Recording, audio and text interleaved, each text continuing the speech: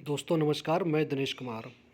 आज आपको मैं ट्रेडिंग के बारे में कुछ नॉलेज एक छोटी सी पीपीटी के माध्यम से दे रहा हूँ। जैसे मैंने थंबनेल बनाया है ट्रेडिंग की हकीकत, और ये ट्रेडिंग की हकीकत जो मैं बताने जा रहा हूँ एकदम सटीक होगी। जो एक ट्रेडिंग कर रहे हैं या नहीं कर रहे हैं वो इसको देखेंगे, और इसके बाद आप देखेंगे तो आपको पता लगेगा कि ये सच्चाई है। ट्रेडिंग में जैसे स्टॉक्स में ट्रेडिंग करना है, क्रिप्टो में करना, ऑप्शन ट्रेडिंग करना, फ्यूचर ट्रेडिंग करना, लीवरेज से लेकर ट्रेडिंग करना है, जितने ये आसान दिखते हैं उस तरह से आसान होते नहीं हैं। तो इसमें होता क्या है कि सबसे पहले आता है हमको डर।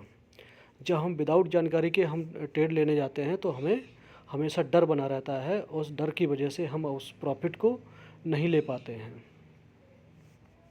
लोभ लोभ होने का कारण होता है कि जब हम प्रॉफिट तो देखते हैं, लेकिन हम अपना एक थीम या मोटो नहीं बना पाते हैं कि हमने कितना पैसे से ट्रेड लिए है, उसके एवज में हमें कितना प्रॉफिट मिलना चाहिए और कितना हमारा प्रॉफिट होगा तो हम एग्जिट करेंगे। तो लोभ की वजह से कभी कभार हमें प्रॉफिट तो दिखता है, लेकिन फिर वो हमें नुकसान में बदल जाता है।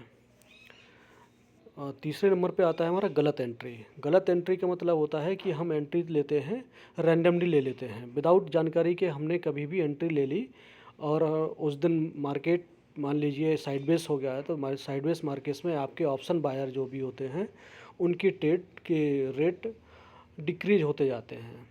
तो इस तरह से हमें गलत एंट्री में नहीं फंसना है।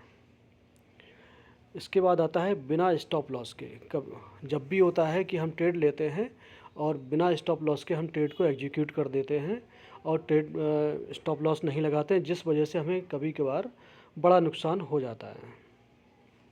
Strike price selection.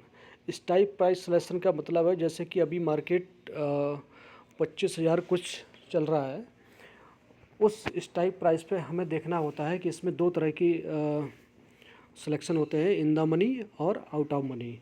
तो हम करते क्या हैं कि हमें आउट ऑफ मनी जो रेट मिलता है वो सस्ता मिलता है, इन द मनी थोड़ा महंगा होता है। अब इसमें नहीं जाएंगे ये क्यों महंगा होता है, क्यों सस्ता होता है। तो अभी हम समझेंगे स्ट्राइक प्राइस। स्ट्राइक प्राइस हमेशा इन द मनी लेना चाहिए। इन द मनी इसलिए लेना चाहिए कि उसका थीटा बड़ा होता है तो और वो इंक्रीज जल्दी होता है। आउट ऑफ मनी लेने से हमारा रेट तो हमें सस्ता पड़ जाएगा, लेकिन उसका प्राइस जो है कम बढ़ता है उसकी अपेक्षा।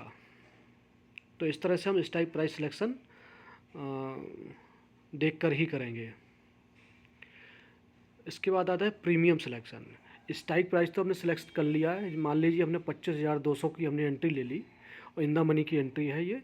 और अब इसके बाद हमें ये पता नहीं है कि प्रीमियम सिलेक्शन कब कौन से रेट पर लेना है हमें। उसी जगह पे प्रीमियम हमारा मान लीजिए 55 चल रहा है और वो प्रीमियम का ब्रेकआउट 65 पे है, तो हमें 65 पर ही लेना है, अर्ली एंट्री नहीं लेना है। क्योंकि हम जब तक प्रीमियम में ब्रेकआउट नहीं देखेंगे तो हम अपनी ट्रेड में नुकसान हमेशा करेंगे। इसके बाद होता है ओवर ट्रेड। जो लोग बिना स्टॉप लॉस के वर्क करते हैं तो वो हमेशा ओवर ट्रेड करते ही करते हैं, क्योंकि उनका माइंड संतुलन बिगड़ जाता है। एक ट्रेड में नुकसान होने से फिर वो रिकवर करने के चक्कर में नुकसान पर नुकसान, नुकसान पर नुकसान करते रहते हैं।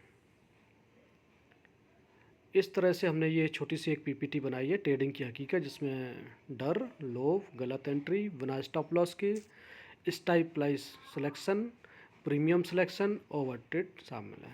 थैंक यू, धन्यवाद।